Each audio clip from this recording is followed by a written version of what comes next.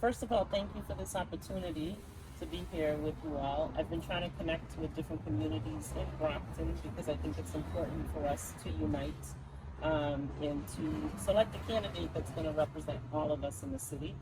So I appreciate this opportunity to speak to your community. My name is Tina Cardoso. I'm Cape Verdean.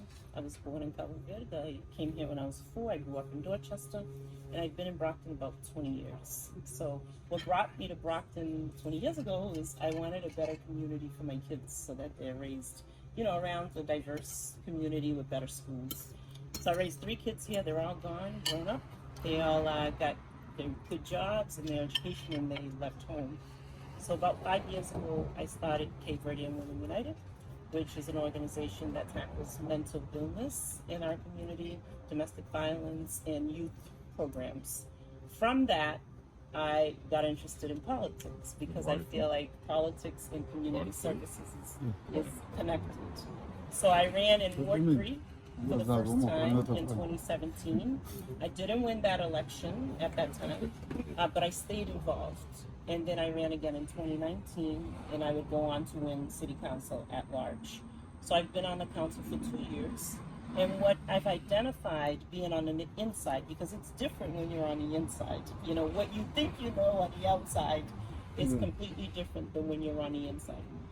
There is a lack of many things, but first of all, information is key. And I feel like not enough information is being put out to the public so that they're well informed about what's going on in city government, so that they know where their tax dollars are going and what we're doing with their money.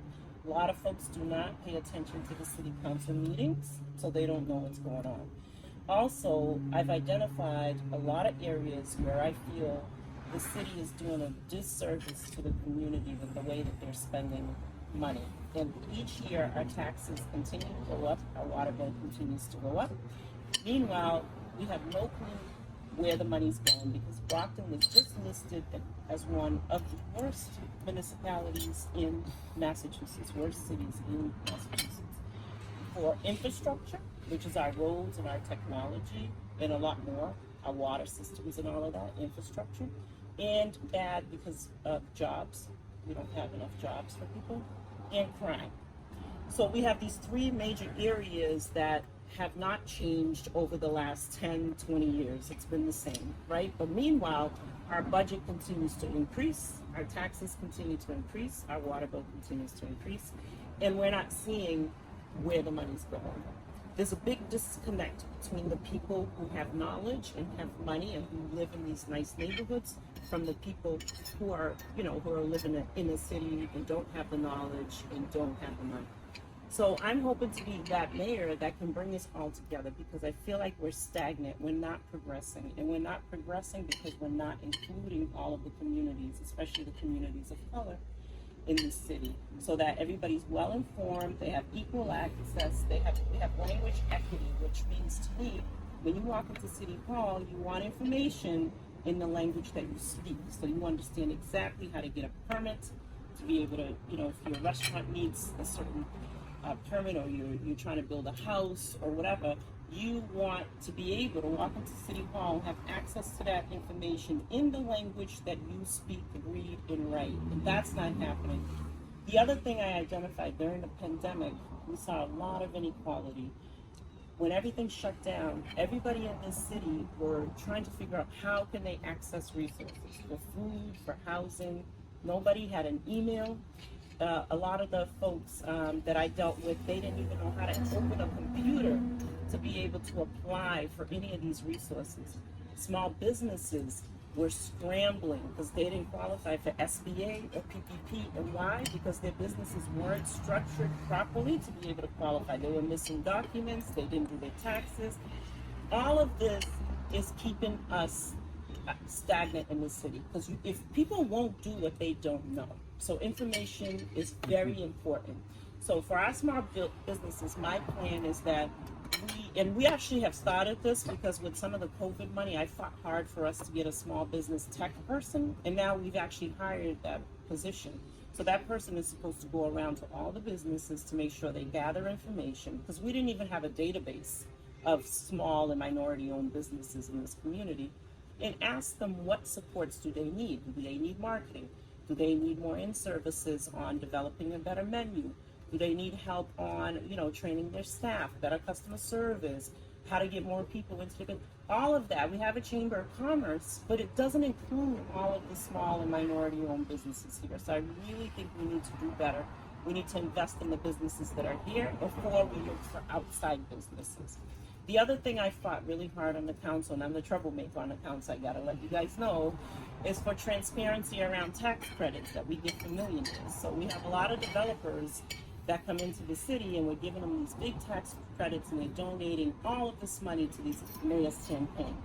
The mayor right now has $100,000, and if you look at his campaign finance report, which is public record, you'll see a lot of it is coming from outside donors, big CEOs, and special interest groups. Special interest has kept Brockton behind for years. It's been the same families running Brockton for a long time. And you see these big donations going to them so that they can get these tax breaks. And so I've advocated for tax breaks for our small businesses. I'm not against giving breaks to folks that are going to come in and offer something to the community, but when we give them a tax break, we want to make sure that we're monitoring that so that they're doing what they say they're going to do. And we're not doing that. Code enforcement is another big problem. We have 320 abandoned buildings in Brockton. It looks ugly, and we're not collecting taxes on those properties. That's a way to generate new revenue, so that way we're not increasing people's taxes all the time. So I've identified many areas that we need more transparency, more accountability, and that we need to support the people that are in this community, whether it be the small businesses or people who need help with rent. We know rent has gone through the roof in Brockton. Properties have gone through the roof. People can't afford to live here. So I feel like getting rid of these special interest groups, getting rid of these old families that have been around for a long time, bringing in someone new would benefit all of us in this community so that we can try to move forward. Our mayor has lost 10 staff members because he doesn't like to listen to anyone. It's his way or the highway. Right now, we have no human resource, no auditor, no assistant human resource, no director of social services. His chief of staff quit. Everyone's gone, and I'm hearing the treasurer's leaving. There's like mass exiting at City Hall. Why? There's no leadership. So I feel that the city is on a downward spiral, and this is a good opportunity to put someone in there that's not connected to anything. I just want to do this for our people, for all people in Brockton, black, white, Angolan, Haitian, Cape I feel we could do better, but we got to get rid of the special interests, So I have a lot of things that I envision areas that we could tackle, but for the most part, my platform is truly on accountability, on more transparency, and letting folks, informing people so that they're more involved. No one even knows there's an election this year. There should be a billboard saying September 14th is the primary. We have mail-in ballots, and nobody knows that they can mail in. The information, lack of information in this city is really crazy. People do not know who their ward councils are. They don't know who their city councils are. They don't know when the race, who's running. None of that. And they deliberately do that so that we're not informed, so they can continue to divide us. So I'm really reaching out to all the different communities to let them know that I will be that inclusive mayor. City Hall will be open for everybody, and I'm open to ideas of how we can move the city forward. So let me tell you a little bit about that, Delana. So I fought really hard for grassroots organizations because I have my own grassroots organization. And the city gets a lot of funding through the Shannon Grant, which is a grant that's supposed to support the youth activities in the city, but it goes to the police department. The city gets a lot of funding for a lot of youth programs and violence prevention, but it goes to YMCA, Boys and Girls Club, all of these larger departments. So I have fought hard for them to give more money to small grassroots. I've even formed a coalition of grassroots organizations so we can fight to get more funding for because we are doing the work. We're directly connected to the community, but the money's going to the police station, and I'm not saying anything against police. Every time I mention police, they try to paint me as anti-police. My brother's a police officer. I love the police. I love the fire. We need them. But there's a lot of money that comes in through these big grants that could be going to grassroots organizations such as yours, and it's not reaching us. There's also a lot of money on the federal level through the American Rescue Plan that I've been fighting to make sure that they prioritize grassroots organizations. So as mayor, we can have funds available for grassroots efforts. And I have asked the city to do that. I asked the mayor to appropriate $100,000 for youth programs. If you look at our fields, our parks, they're not playable. The Cape Verdean community has been asking for a soccer field forever. You know this, and it hasn't happened. We need a youth sports complex. Never happened. You go to Taunton, you see a nice big indoor sports complex for youth. Never happened. A multicultural center. So many people have been asking this for years. Never happened. We have the Shaw Center that we don't use that could potentially be a great place for a multicultural center and could bring revenue to the city. It hasn't happened. So you're not the first to ask this. There's been many people in this city for many years who have asked for us to have the multicultural center, youth center, better parks for our youth. And this is something that I feel if you don't have someone in there that understands the importance of sports, music, and in our culture, they're not going to prioritize that. So even though you claim that the city of Brockton has more than 3 abandoned buildings, so 300. Over 300 abandoned buildings. So you think that if you get elected, you can do something about it? Well, absolutely look into them and make sure we're collecting all the fines and the taxes. A lot of them are owned by the banks now. Why aren't they paying us? Okay. The other thing is, why don't we put them out to bid if we can? So many people are looking for a building to do their program. So many people have great ideas, but they don't have any space. So why don't we have a process where we can sell those buildings to people who are looking to grow a business or, for a nonprofit or what have you. There's a beat. Sorry. So one more last question. I don't know if anybody here has a question. Yeah, I think I have one. So, as a Cape Verdean, right? We know Brockton is 1/3 of the population is Cape Verdean. And just based on that, as a Cape Verdean, technically, you should get a lot of the majority votes, just even before you vote. So what's your connection with the Cape Verdean community? What's the relationship with them? I should, right? But there's a lot of division, and we know that. We know that the Cape Verdean community is divided. We know the Haitian community is divided. We know the African American communities are divided. There's a lot of division in the community because there's misinformation. People spread misinformation all the time. And I think we need to do a better job clarifying that information. There's a person that we know right now that's spreading misinformation, but no one is standing up to say enough is enough. It's time for us to unite and stop the misinformation. I'm not here for me, I'm here for us. And then if I get elected, the plan is that we bring other people along, okay? Other candidates that we think could potentially take over after me. That's how we continue to grow and build in this community, but we have to stop the division. I wish I could say to you that all the Cape Verdeans are behind me. I wish I could say that, because technically they should be. But what have you been doing to gain that trust? Just like I'm doing with you guys, talking to as many people as possible, church leaders, different community leaders that I think can mobilize more people. And that's basically all I can do. I mean, I wish I had a strong team behind me saying, no, it's time to stop, and people were making more noise. But unfortunately, they've kept us divided, and people are afraid. A lot of business owners are afraid to endorse openly. A lot of people are afraid to come out and say, because they're fear of retaliation. But that's what they've done to continue to oppress us.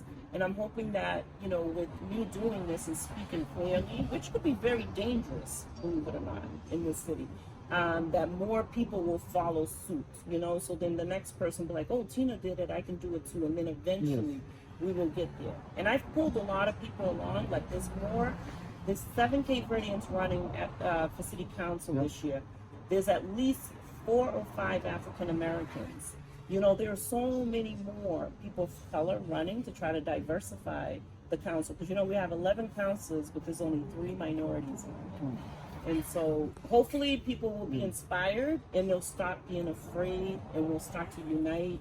And someday the vision is that we have a more diverse. Because we know for a fact that the old mayor who passed away, Bill Carpenter, he had a lot of support for the Cape Verdean many communities. Yeah, and I think that was one of the main reasons he got elected. Besides the other community, Do you think you can fill Absolutely. on that category? You I can transcend all of and those say communities. you Yes. get all the votes? Yes, absolutely. But the thing is, we've gone backwards since Bill Carpenter. Yeah. We've taken 10 steps back with this mayor. City Hall is not diverse right now. If you walk in there, many of the departments don't have folks that look like the folks in the community or speak their language. He's never done enough outreach to bring, like Carpenter was really good at that, bringing people to his side connecting from the different dots. communities. He hasn't made that effort, but you can count on me to be able to be that person to pull people in. I have so many different people from different ethnicities that want to support. So yes. All right, I think our time has reached out. But your last word, No. what can you? It's over. Yeah. question? One more question, please. Yeah, just Sure. ask a small question. Sure. Okay, my question is about the electors. If you or you're a candidate, like in your case, because you are so you're looking for basically for providing help, you know, to on your side. So if you have an idea, what's the percentage of converting electors in Brockton? I know we are large in number, Yeah. but what about electors? I think so. We have 60,000 registered voters in Brockton right now. 60,000. But we only have 12 to 15 that come out to vote any given election. 12 to 15,000, 25%, which is very dismal. Yeah, And the majority of those votes are folks in predominantly white wards. Yes. So they don't break it down by Cape Verdean. Oh, no. Yeah, Just they don't minority- really break it minority, down. maybe. So, but you can tell based on those wards who are voting. And for the most part, the white vote is still. I know they yeah. vote the majority, but if we talk about 60 or 65,000, Registered. Registered. but we don't have one idea what's the I think it's a conversion very percentage high number. out Of, of this, out of the yeah. 60,000.